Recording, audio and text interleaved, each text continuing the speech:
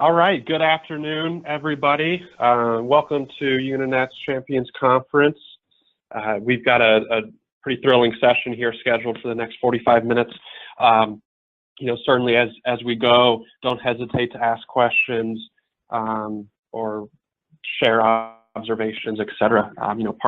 Participation is certainly welcome. I have the distinguished opportunity here to present with Ms. Valerie Hill from Unanet. And my name is Chase Kunk, Vice President of Contracts and Procurement at Capital Edge Consulting. Thank you, Unanet, for having me present today. I know Capital Edge is a sponsor of this event, and Capital Edge and Unanet have a long history of partnership. So really appreciate that opportunity. And certainly, I am a Unanet user. I've been using Unanet time and expense specifically, I think, for about 10 years. As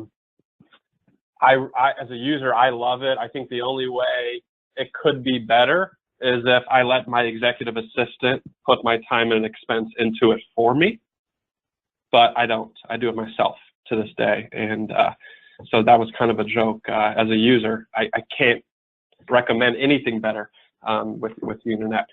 So it's going to give you some quick background on Capital Edge. As far as we know, we are the world's largest solely focused U.S. government contract compliance consulting firm on the planet. So the commonality across all of our clients is they all do business with the federal government. Some of these clients of ours may have huge commercial businesses with a small subset of government work. Others are predominantly or solely in the business of servicing federal customers.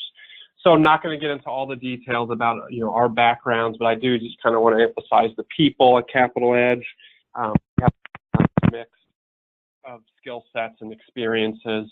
There's people like me who come out of industry. For example, I, in a past life, worked for a large Department of Defense and Intelligence community contractor managing contracts and subcontracts. We have former Defense Contract Audit Agency auditors and supervisory auditors. We have former Defense Contract Management Agency ACOs, CPSR analysts, which we'll define that acronym shortly. And we have people from other consulting firms, accounting firms as well, some Big Four included. So just going to kind of jump over this slide, and then just a quick sampling of kind of our offerings.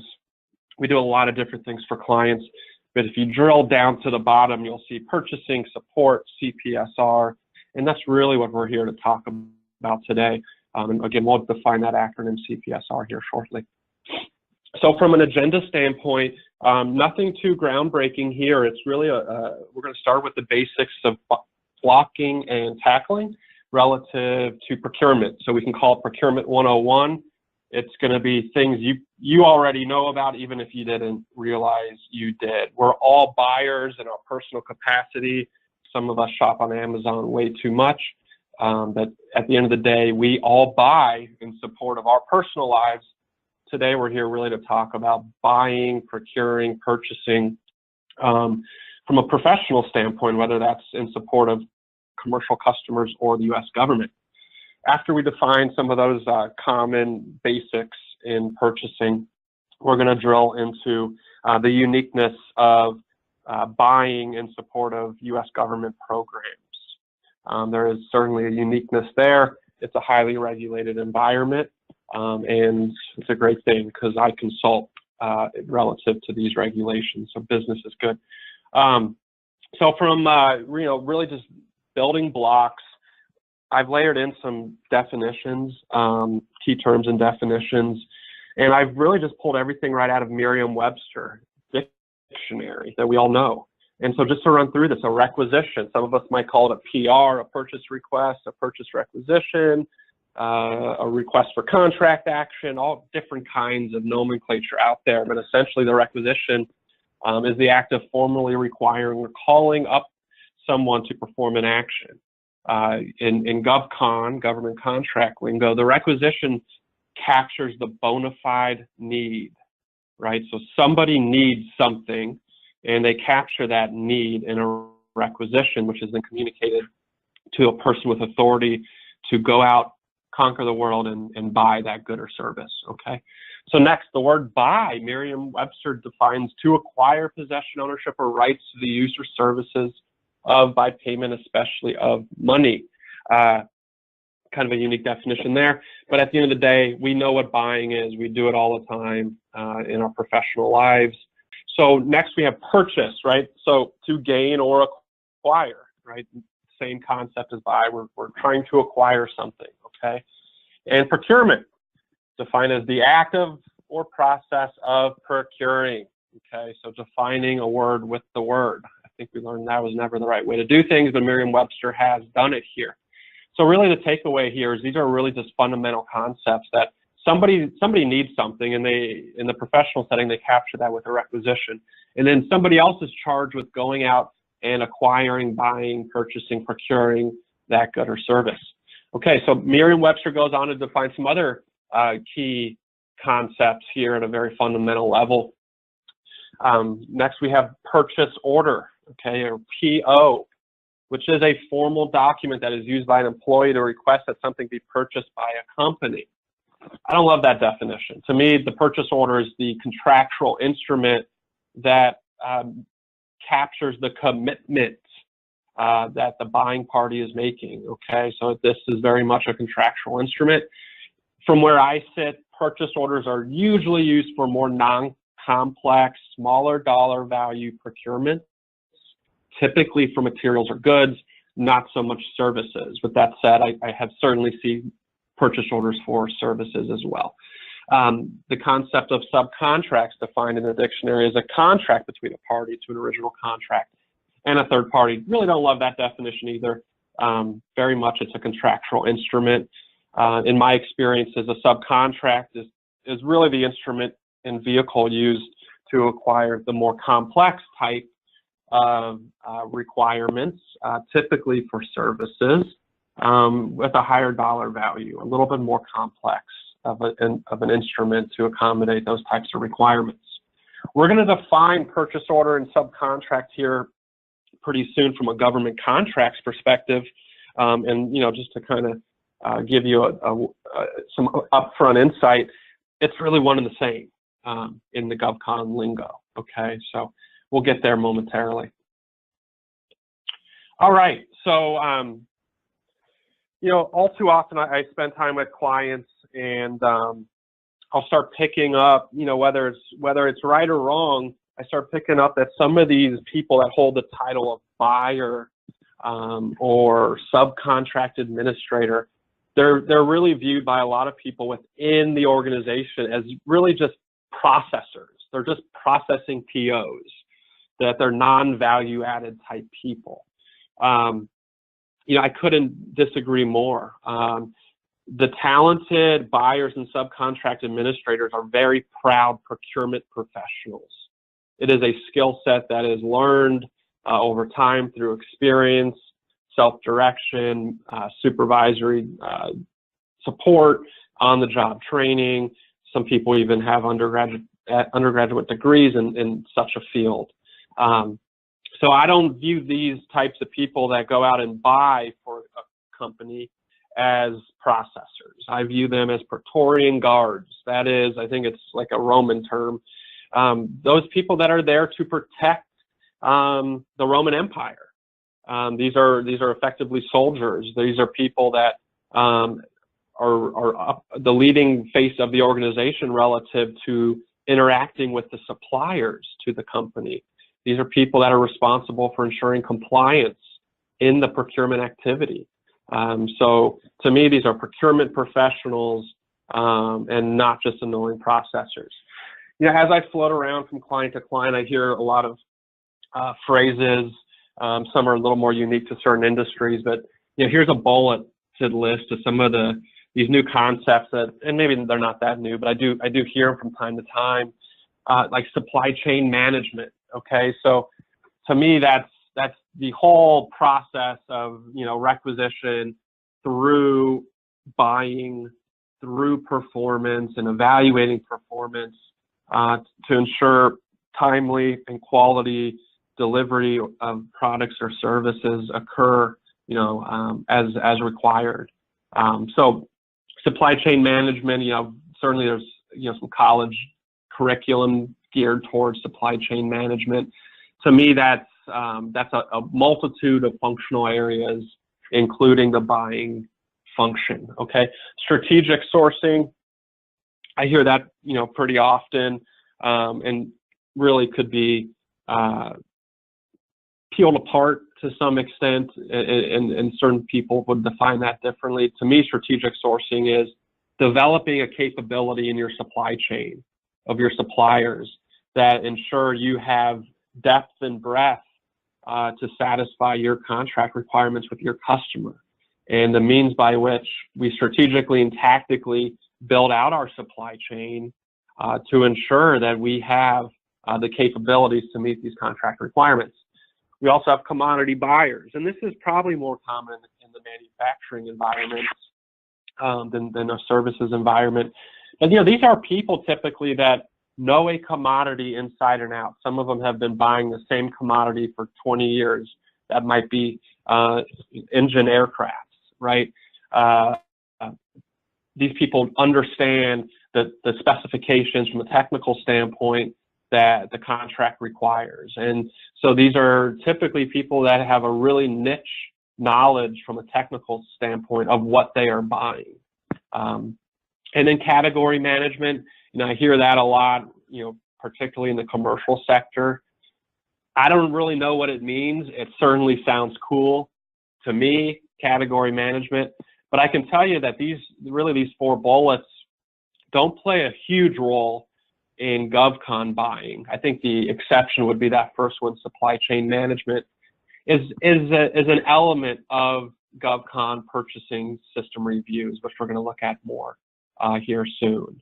Okay, so just a really general procurement process. I think this lends itself both to the commercial world and the government contracts world, right? And everything starts with acquisition planning. Whether you're doing it or not, it is happening. Nobody just decides they're going to go buy something without a need, without a customer, without a contract. And that acquisition planning starts really early on in the process. In government contracts, it happens before the contract's ever awarded, sometimes 2 years in advance, pre-solicitation, for example.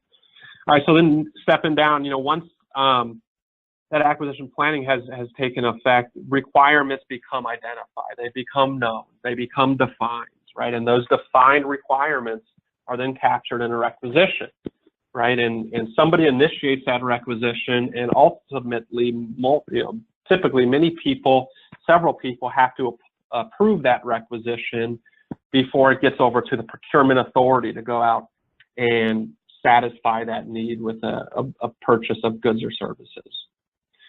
Market research can also happen during acquisition planning, but it also may very well happen once that requisition is approved and ends up in the buyer's hands. He or she needs to go out and identify potentially a means to compete the requirements. How can we compete multiple suppliers to fulfill the need? Solicitation, right, that's really going out then to the market and asking for quotes or proposals from prospective suppliers. Proposals, quotes come in, they get evaluated, very likely negotiations then happen, and then ultimately an award source selection authority makes an award approval or immediately goes into award of the contractual instrument. At that point, awards have been made and performance delivery needs to happen. This would include inspection and acceptance. Of course, payment is a critical factor in any procurement process. Suppliers do not work for free, from my experience. And then finally, closeout, right? All deliveries happen, performance is complete, disposition of materials, property, etc. has occurred, rebates, credits have been realized, and the parties are now in a position to close out the contract and effectively release both parties from liabilities prospectively on that transaction. So based on Chase procurement process and based on the partners and customers we have interviewed in the past 2 years, we have developed Unanet purchasing to meet that process. So we start with the creation of the purchase requisition, which is extremely flexible because all the fields are not required. So if at some point in time you just know that you need a software engineer or some type of material widgets, and you just know the amount, because at that point you have not done your research yet, you can go ahead, create the purchase requisition, submit it for approval. The approval have been developed in such way that you can actually select which approval group you want to send that specific purchase requisition to. So if you have a purchase requisition for your commercial division, you might want to send it to your approval group that approves those commercial purchase requisition. Or on the other hand, it could be a government contracting. So you have sending those purchase requisition to the approvers of that other divisions. When that is approved, just like Chase was telling you, at that point, you do market research, solicitation, maybe you have proposal and quote, negotiation. All that information, we allow you to keep track specifically on the purchase requisition itself using attachments and user-defined fields. From there, you actually move to the purchase order when you got your request awarded. You create the purchase order in Unanet from your original purchase request. The user-defined fields, the attachments are carried over from the purchase request to the purchase order. And from there, submitting your PO for approval. Again, a lot of flexibility in terms of approval, like you can decide to send to a specific approval group, depending on the purchase order type. And then when your purchase order is open, obviously you can decide to have your subcontractors entering their timesheet directly in Unanet, which would decrease automatically your commitments from the purchase order. When the month is over, you turn those timesheets into a vendor invoice, which is also related to your purchase order. So we have here a three-way match with the purchase order, the subcontractor timesheet, and the vendor invoice, and allowing you finally to submit that vendor invoice for approval. So the full process that Chase has described, we actually replicated it in Unanet to be able to facilitate and keep track of the information in your system. All right, so we've really looked at procurement from just a really high level so far, and probably nothing you don't already know has been covered. But I specialize in government contracts specifically. I'm a subject matter expert in CPSRs, Contractor Purchasing System Reviews. So the balance of this segment is very much focused on that, buying in support of government contracts. And so I'm kind of geeky about this, so bear with me as we go through. If you see me smiling and throwing my arms up in the air out of excitement, it is because I actually really enjoy this stuff. So from the most fundamental level in government contracts, you got to understand that when the government buys, they are doing so under the authority of the Constitution. I think we all learned in civics in high school, or maybe in college. I think in law school, I certainly learned more about this. But the government has several powers codified in the U.S. Constitution. This includes the powers of taxation and spending. So when we pay the IRS, when they withhold, when we owe them some money come April, that's very much the power of taxation by the federal government. They are authorized to do so. Then they collect those tax monies and then they spend them. Okay, they spend them for the benefit of all of us, and to some extent civilization as a whole. Okay, be rest assured that there is no entity on the planet that buys more than the U.S. government. So all of that tax revenue they generate from us, they are quite good at spending it, okay? The Department of Defense specifically is the largest buyer of goods and services on a contract basis within the U.S. government. There are bigger elements and entities within the government that buy via grants. There are big dollars there, but from a contractual perspective, DoD is the winner from a spending standpoint. So in essence, when we, the contractor, are working for the government and we go in, we're not going to self-perform the entire contract typically. We have to go buy goods and services to augment our performance. We are stepping into the shoes of the government very much so, and we are spending taxpayers' dollars. As a output of that, you can imagine the regulations are intense around this process, right? Not only the government buying, but when the contractors are buying in support of government contracts, there is a highly regulated environment that is applicable to both the government and the contractor, okay? So this is risky business, just like the Tom Cruise movie from the 80s, right? This is very risky business to the U.S. government and to the taxpayer, to each one of us when the contractors are buying goods and services. So the government, being the regulatory body that they have within, they have implemented all kinds of tools and tricks to try to help manage the risk to both the government and the American taxpayer. So some of these tools, are denoted here. In essence, the government is trying to protect against or prevent waste, fraud, and abuse from contractors' behaviors and practices.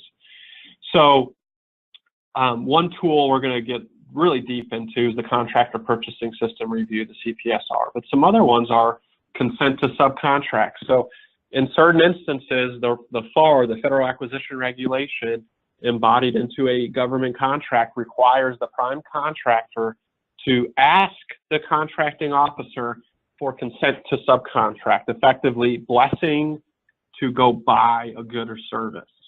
Okay, so this is very much alive, and it's rooted in public law, which we'll get more into here shortly.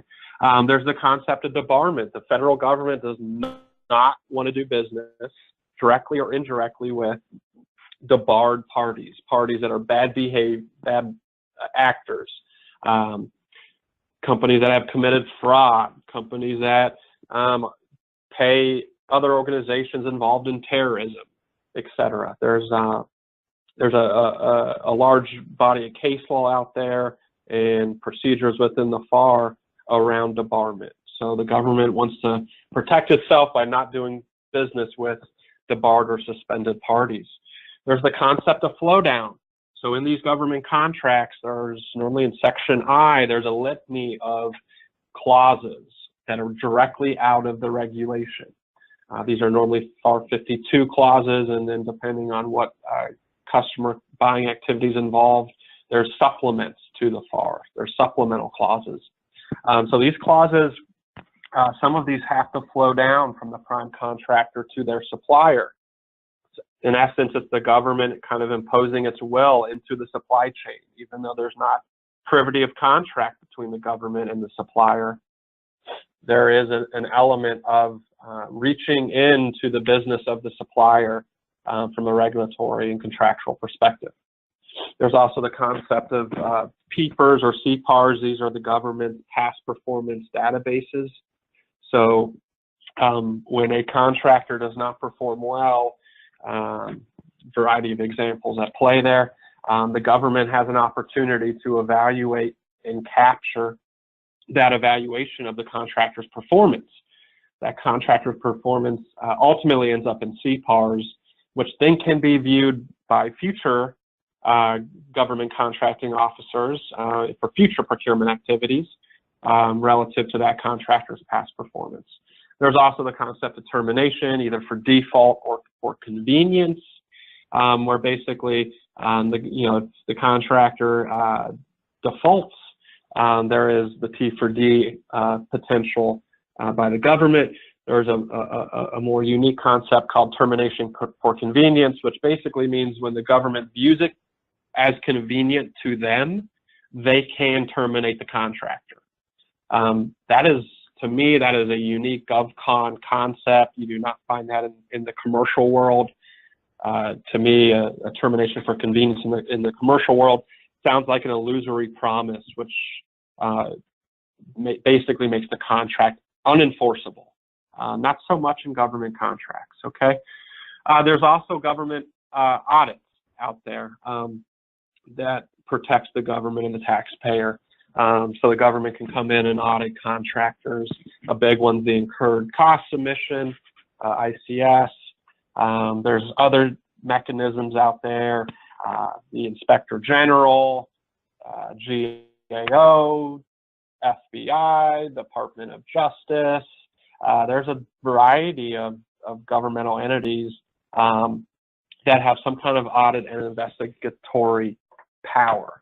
From a from a business system standpoint, we're talking about purchasing. It's one of 6 business systems within the DFARS, the Defense Federal Acquisition Regulation Supplement. The supplement of DoD to the FAR really outlines these 6 systems.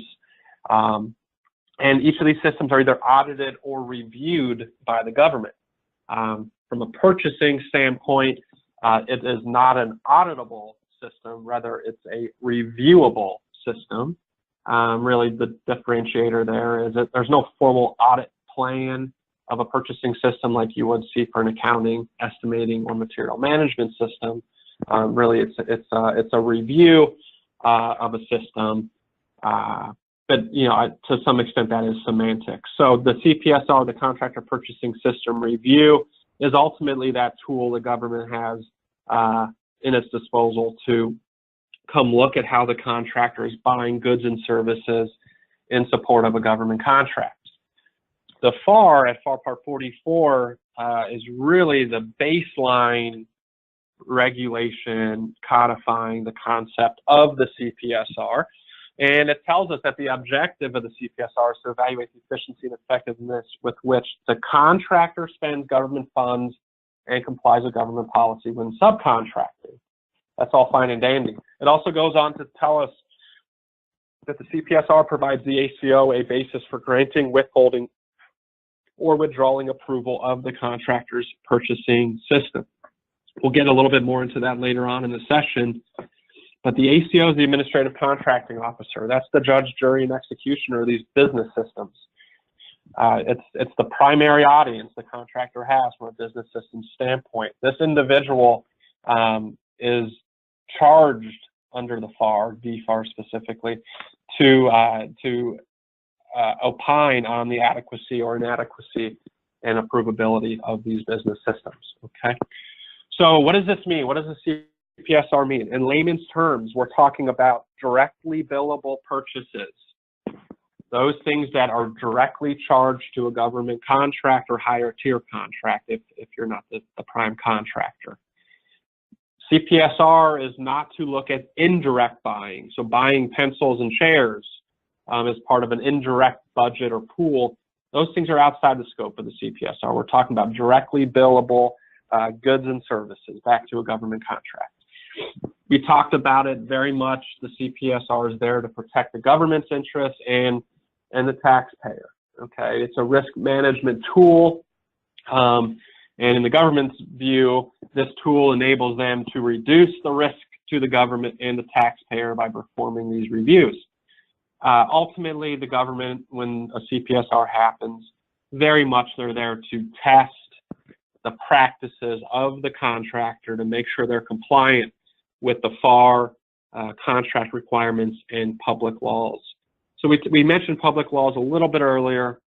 So a public law is a law that is very much codified first in statute. It's federal law. And the concept, whatever federal law that may be, it could be further regulated, i.e. captured in the FAR.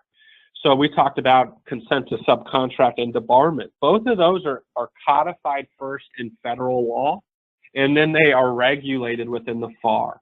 Debarment is regulated at FAR Part 9. Advance notice and consent is codified FR Part 44. So from a CPSR standpoint, the biggest risk to the contractor is non-compliance with public laws. It's one thing to not comply with regulation. It is a heightened level of bad behavior not to comply with law, right? We all want to. We all try our best to, right? So in a CPSR, there really are only 10 public laws. There's things like TINA, CAS, small business subcontracting, FFATA, debarment, consent to subcontract, payments to influence. We're going to look at these a little bit more here momentarily. But those are the highest risk ticket items to the contractor in the CPSR, are these public law concepts. All right, so the DCMA, the Defense Contract Management Agency, they are charged with reviewing contractors' purchasing systems when the purchasing system is effectively under the cognizance of a DCMA ACO, Administrative Contracting Officer. The DCMA CPSR group is about 40 to 50 individuals, and this is what they do for a living. They review purchasing systems. And so all throughout the federal government, the entity that has the biggest budget and the most capability and specialty in CPSRs is the CPSR group within DCMA. Okay, DCMA's put out their mission statement relative to CPSRs. It's to ensure that suppliers have purchasing systems in place that contribute to effective subcontract management. This includes development of, as well as performance to, policies, procedures, public law, and adequacy of cost or price analysis on subcontractors. Okay, so a couple things here. One, this is a mission statement, and the very end, the last phrase here, price analysis of subcontractors. That is a very specific practice and responsibility. To me, this mission statement's telling me that, yeah, it's great. They've got CPSR group has a mission here, but they really care a lot about price analysis, right? The other thing is we've underlined some key words here. We're going to go define, but you can see just here the flip-flop between supplier and subcontractor with the phrase subcontract as well. So let's kind of unpeel what these words mean. So from a GovCon perspective, specifically in the CPSR context, a subcontract is any contract as defined at 2.101 of the FAR, which is defined down there at the bottom for you. This includes written commitments obligating expenditure of funds, includes orders, letter subcontracts, any bilateral instruments that excludes grants and co-ops.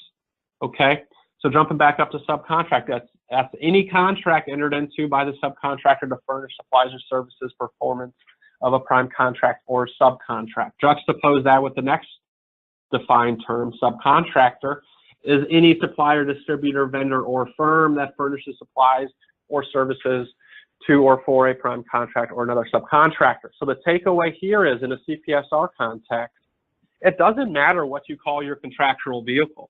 You can call it a purchase order, you can call it a subcontract, heck, it could be a napkin, right? A very broad brush here. And what is the subcontractor? Well, heck, it could be anything you call it. It could be a supplier, distributor, vendor, or firm, or anything else for that matter. So the takeaway here is, it doesn't matter what you actually call the contractual vehicle or what you call your subcontractor. For purposes of the CPSR, it's all one and the same. It's a subcontractor awarding to a subcontractor. All right, so I've seen people try to get clever and say, well, that's a vendor, that's not a subcontractor.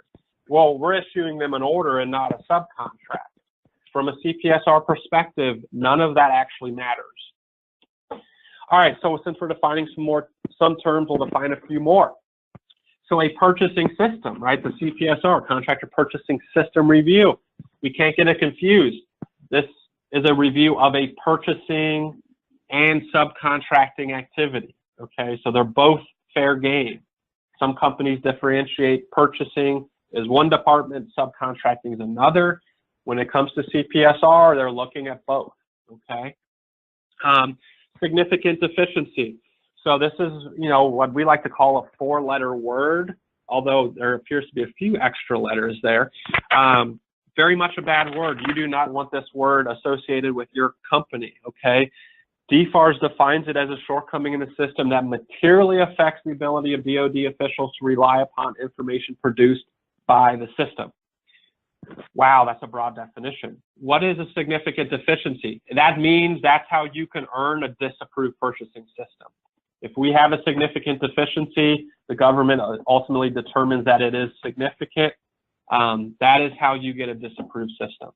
Not something you would want, and we'll tell you why towards the tail end of the session. What's an acceptable purchasing system? Well, the regulations tell us that too. There's 24 criteria within the DFARS clause at 7001 that tells us specifically what we need to satisfy to have an approved or acceptable purchasing system. So here are the 24 elements. We're not going to read them word for word, just try to socialize some key concepts as we go. Right up front, you have to have adequate policies and procedures. These are documented, written policies and procedures. They have to satisfy the FAR and DFARS. If anybody's looked at the FAR and DFARS in paper form, these are code books. These are huge books, okay? A ton of regulation. And the very first element right up front tells us we have to have policies and procedures that comply with all of it. Ouch, okay?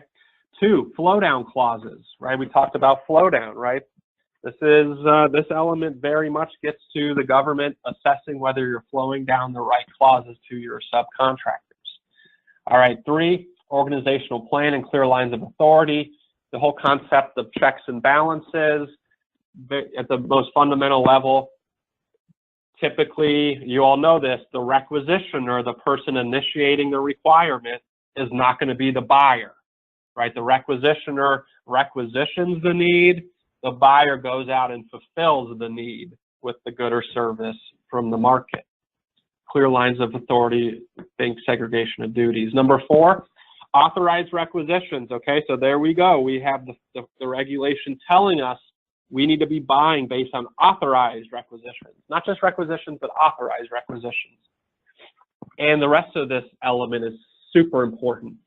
And include a complete and accurate history of the transaction and document the subcontract/purchase order file.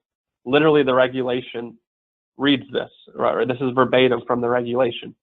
So the complete and accurate history of the transaction. This is a very broad concept, but super important. What we like to say, based on our experiences during a CPSR, the risk to the contractor is about 75% of that risk is tied to your file documentation, your complete and accurate history of the transaction, the file that's documented. It's not whether your policy is good or bad. That is important, but the most of the risk is your practice, and you capture your practice in documentation in the file. That's where most of the risk lies with the contractor, is not documenting things adequately. Number 5, very repetitive, adequate documentation, complete and accurate history. 6 gets into make or buy. 7, competition is extremely important. Government views competition from an economics 101 standpoint. Competitive market forces against each other leads to fair and reasonable price. Here we are at 7, talking about competitive sourcing. There's also a FAR clause at 52244-5 that tells you the same thing. You need to go buy on a competitive basis to the maximum extent practicable. All right, 7 also gets into debarment, which we touched on earlier. 8, we need to evaluate competing vendors based on a host of factors that we can define. And the CPSR team also reads 8 to mean that we need to be evaluating our subcontractors' performance during performance or after performance, because the government believes past performance is a key indicator to future performance. So you got to leverage that past performance, okay? 8 also gets into fair and reasonable price, which actually pops up here in 6 of the 24 elements, as you'll see. Number 9 gets into that price analysis. The whole purpose is to determine fair and reasonable price. And the concept of a sole or single source justification pops its head up here. That is, when we're not going to compete a requirement, we have to document why we're not. This is typically in the form of a single sole source justification, okay? Next, more cost or price analysis, more about evaluating proposals, more about fair and reasonable price, okay? 11, we touched on negotiations in the general procurement process. Here, the government actually tells you if you negotiate, you have to document it in a very specific 11 elemental structure at FAR 15406, okay? 12, the government's telling us we need to go seek and take discounts when feasible, okay? Very important there. 13, we have to be selecting the appropriate contract types, okay? FAR 16 outlines the appropriate contract types available to us. The further we get away from those types of contracts, the government starts scratching its head and wants to start scrutinizing your decisions, okay? Of course, cost plus percentage of cost subcontracts are prohibited. That's actually prohibited under law, further regulated here. 14, surveillance. 15, changes or modifications. A lot of these requirements in the CPSR world are transactional. At a modification level, these things can be tripped. So it's not so much we buy the good or service with the PO and all of the steps are done. No, the moment we go to make a change or a modification to that purchase order, these requirements may very well get tripped up again, and we have to comply at that transactional level. 16, nothing too exciting there. 17, policies on kickbacks, gratuities, conflicts of interest, very much code of business conduct at FAR 52-203-10 concepts there. 18, internal audits or management reviews. Okay, so this is a DFARS clause that ends up in contracts telling you you have to be conducting internal reviews of your purchasing system. That is, when the government's not paying attention, they are telling you they want you to be paying attention to yourself and reviewing yourself. Okay, training is also a critical component here.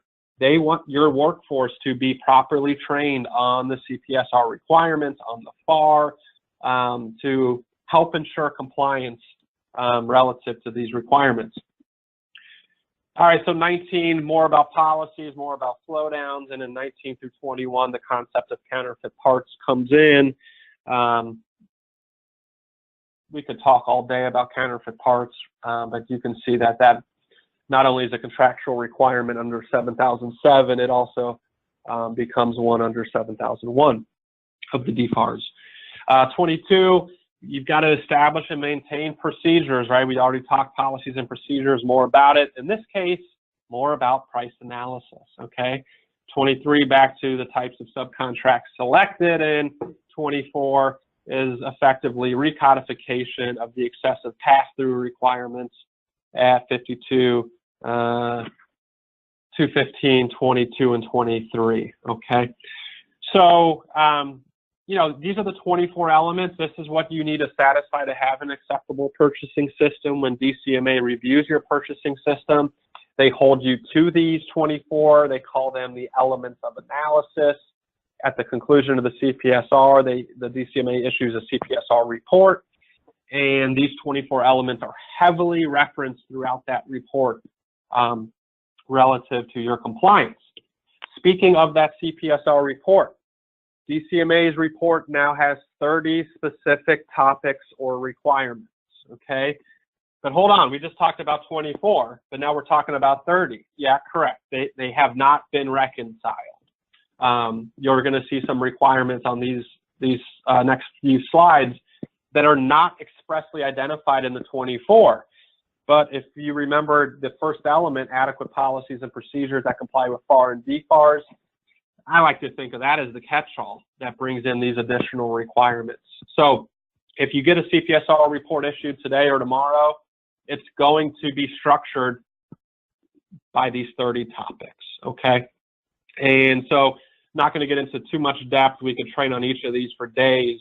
But here we go, you know, policy and procedure, super important. We talked about that. And then numbers 2 through 10 are the public laws, okay? TINA, right? Not talking about the old ex-girlfriend. We're talking about truthful cost of pricing data or Truth in Negotiations Act. We're also talking CAS, cost accounting standards.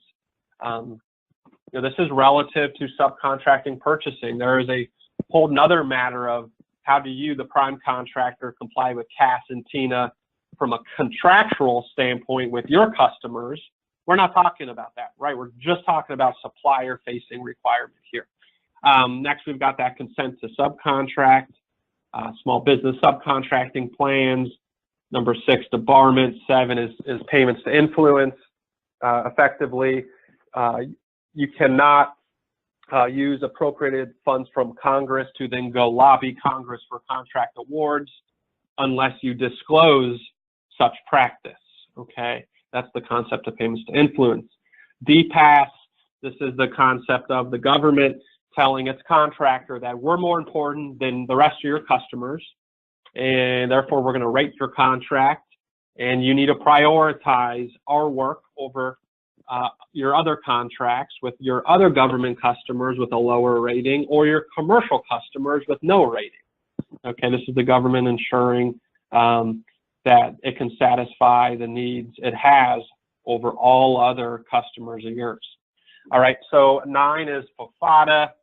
This is a transparency type concept originally instituted by the second President Bush and then further built out under Obama's administration. This is not a very challenging requirement to comply with, but it is seemingly one that many companies don't comply with. It is a non-value added requirement, in my opinion. Next, we talk counterfeit parts. 11, we talk price analysis briefly.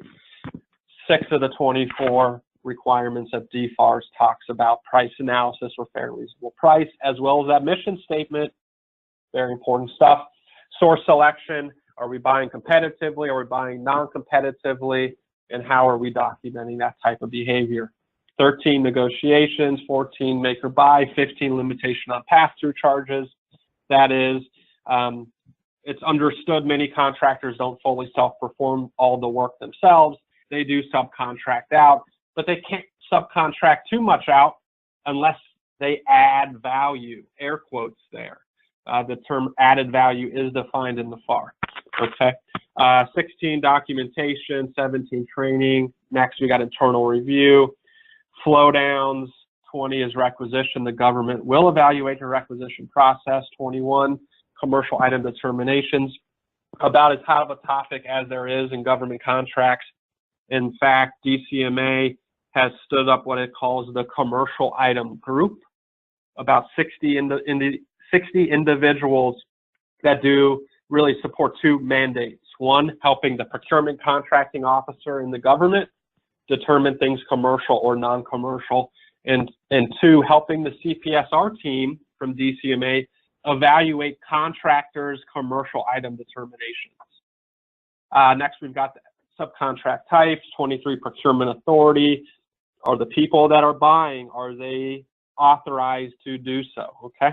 24, specialty metals. There's certain types of metals and metal components that must be purchased from certain countries. Okay. 25, supply chain management. We talked supply chain very early on. Really the critical component in the CPSR is the vendor rating system, which is very much like CPARS. Conceptually, it is evaluating your subcontractor's performance and then using that evaluation in future source selection decisions. Remember, past performance is a key indicator of future performance. 26 is closeout. Then we've got long-term agreements, which are not contracts. They are agreements under FAR 13 and 16. 28, we've got change orders modifications. 29 is buying from your brothers and sisters, i.e. your affiliates and subsidiaries. And 30 is Buy American Act. This requirement was just added to the CPSR scope in October of 2017. But this goes back to President Trump's Buy American, Hire American executive order from January 2017. So, well, you saw that there's a lot of information you need to keep track of and maintain throughout the course of the life of a contract. Chase has described all that nicely. So this is here a purchase requisition, but the same concept exists on the purchase order. An example of how to use your user-defined field to keep track of the element you need to report on. So for example, here I have like the order type or Tina and Cass, and you can see on the screenshots here that I use my user-defined field specifically to keep adequate documentation for all the things I need to report on to be CPSR compliant. Not only we have UDFs, we actually built in a document management feature that will allow you to keep track of the versions of your documents and attach them to your purchase requisition and purchase order, which will allow you to keep the documentation on your negotiation that you need to be in accordance with the FAR. And we also have the purchase order and purchase requisition mod that keeps track of, okay, your original contract was specific to certain subcontractor labor and materials, and then you do a modification in contract. So we keep the history of what happened from the original to mod 1 to mod 2. So basically the idea was that since you have all these elements you need to report on, we gave you the tools to be able to do that using Unanet purchasing. And Valerie, I really like that audit status, fully compliant file. Those are the types of files we all want, fully compliant, and that's that ties back to element 19 of the 24 criteria, internal reviews. So very cool on Unanet's part there. All right, so final slide here. Really, why do we care about an approved purchasing system, or more importantly, a disapproved purchasing system? Well, I'm going to tell you why. From a disapproved standpoint, we talked about the concept of consent to subcontract. Those companies that have an approved purchasing system, there are very few instances where the contract requires them to go to the government and ask if they can subcontract. For companies that have unassessed or disapproved systems, purchasing systems, that advance notice and consent requirement is very frequently alive and in play. And why do we really care? Well, you submit a request for consent package to whoever the contract tells you to, and that may very well be to a DCMA ACO. Well, that DCMA ACO is going to receive that request and hit forward, and she's going to be forwarding it, guess to whom? The CPSR group. The CPSR group will then review your consent package and report back to the ACO. So you're thinking, holy cow, right? I've had to generate the request for consent package. I sent it to the ACO. Hopefully the ACO has reviewed it or forwarded it quickly.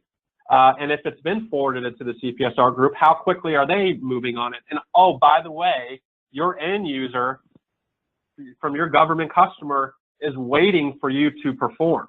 And you're basically caught up in the administrative rickets of GovCon with this consent request. Well, your end user doesn't even care about consent because he or she's very technical focused and only cares about performance and delivery and protecting the lives of American soldiers and service members.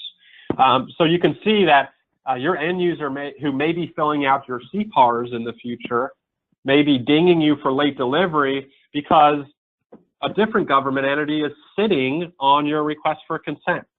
Okay, you get an approved system, that risk goes way down of your end user being dissatisfied because the consent requirement is very small with approved systems. All right, next, disapproved purchasing system. It could certainly impact your competitive position, right? A lot of RFPs or solicitations out of the government asks you to tell the government all about your business systems, including purchasing, how wonderful they are or how bad they are, what's the status of approvability, etc. It's a hard story to tell that, hey, we've had an accounting and estimating system audits. Both of our systems have been approved, but our purchasing system was just disapproved 6 months ago, and we're waiting for the government to come back and re-review us. That's not a really compelling story to write in a proposal, especially in a competitive environment. There's also other government contracting vehicles out there, like GSA, Alliant. There's some others that actually kind of have an evaluation component relative to purchasing system approval. That is, you get extra points. The government scores more points in your favor in evaluation of your proposal if you have an approved purchasing system, or inversely, fewer points or negative if you have a disapproved system. Okay. Next is the concept of CBARS, Contractor Business Analysis Repository System. It is the Facebook of government contractors. The difference is you don't actually get to see it. This is a government-maintained, government eyes-only database that captures and tracks the status of your business systems, including purchasing. So if your system is disapproved, CBARS is going to say it. And when CBARS is updated to reflect a disapproved purchasing system, a flash alert of sorts, a notification goes out within the community to your PCOs, to your ACOs, really just to the people you care most about within the government. At that point, once the government's kind of alerted, government-wide, what you can expect is other governmental entities or even DCMA wanting to look at other business systems and processes. For example, we've seen kind of a trend where DCAA will come in and do an estimating system audit. They'll find some issues and problems, some of which may tie to the purchasing system. DCAA will pick up the phone, tell the ACO that, hey, we think there's some purchasing problems here. The ACO will say, thank you, hang up the phone, and then we'll call the DCMA CPSR group and say, hey, come join the party. I need you to perform a CPSR for this contractor. So basically, heightened level of scrutiny. When one business system becomes problematic, eyes get focused by the government on your other business systems. They are very interdependent on each other. Okay. And finally, I think we all know this, that there is that risk of payment withholds for a disapproved business system, including purchasing. So basically, if the 7001 and 7005 clause from DFARS are in a contract of yours, your business system, in this case purchasing, goes disapproved, the ACO is effectively required to withhold up to 5% of interim payments to you until such time as your system gets approved. That applies across all of your contracts with those clauses in it. So you could have multiple payment withholds across contracts. And then if you have 2 or more disapproved business systems, that 5% doubles to 10%. So that has some real teeth. That is new to the regulation in 2012, 2013. It is very much the teeth to the reg. And this impacts cash flow, and cash flow is critical to the success of a business. How are you going to hire more people? How are you going to make capital expenditures? How are you going to reward solid performers with bonuses and merit increases with cash impacts? Okay, so certainly there are real risks with the disapproved purchasing system. I think that is it. Certainly, thanks for your participation throughout. But I'll open it back up for more questions. Thank you again, Unanet, for having me speak today. And Valerie, it was always a pleasure to speak with you. And